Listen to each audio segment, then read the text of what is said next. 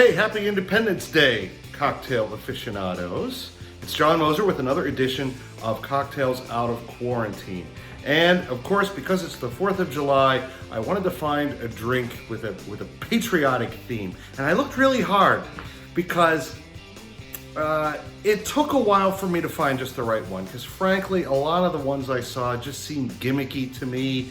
And I came away with the impression that they'd be, overly sweet. Oh, look, it has some red and some white and some blue in it.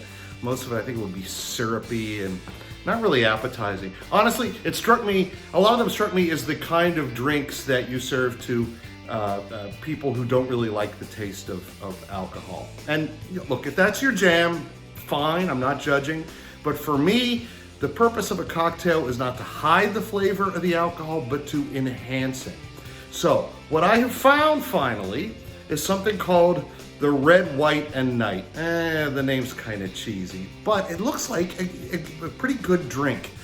It was designed by a bartender, actually the lead bartender at a bar called Elixir in San Francisco, a pretty famous cocktail bar. I haven't been there, but I'd really like to go.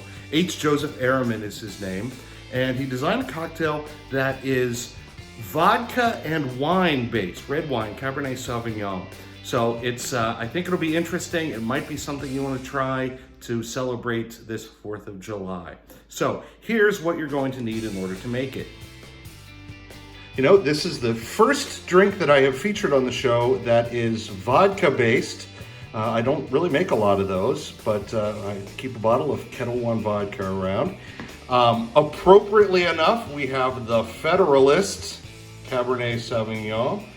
Don't ask me why Ben Franklin is on there, but there he is.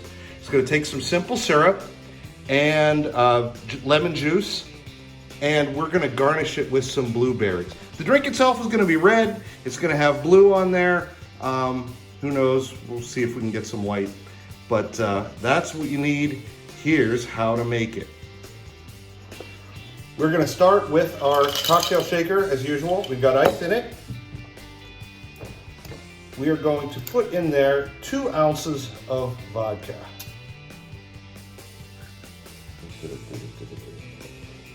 There we go. And then the same amount, 2 ounces, of the Cabernet. By the way, the Federalist is very good wine if you are into red wine, and we have just enough left in this bottle for me to make this drink. Cab goes in there. An ounce of simple syrup. You know what? I'm going to go a little less than that. I'm going to do about 3/4 of an ounce, just because I don't want it to be too sweet. Dump that right in there. And finally, an ounce of fresh lemon juice. As always, go for the real thing if you can. That will be about exactly the juice of 1 decent-sized lemon. Oh, there we go. Pour that right in. Seal it up. Shake.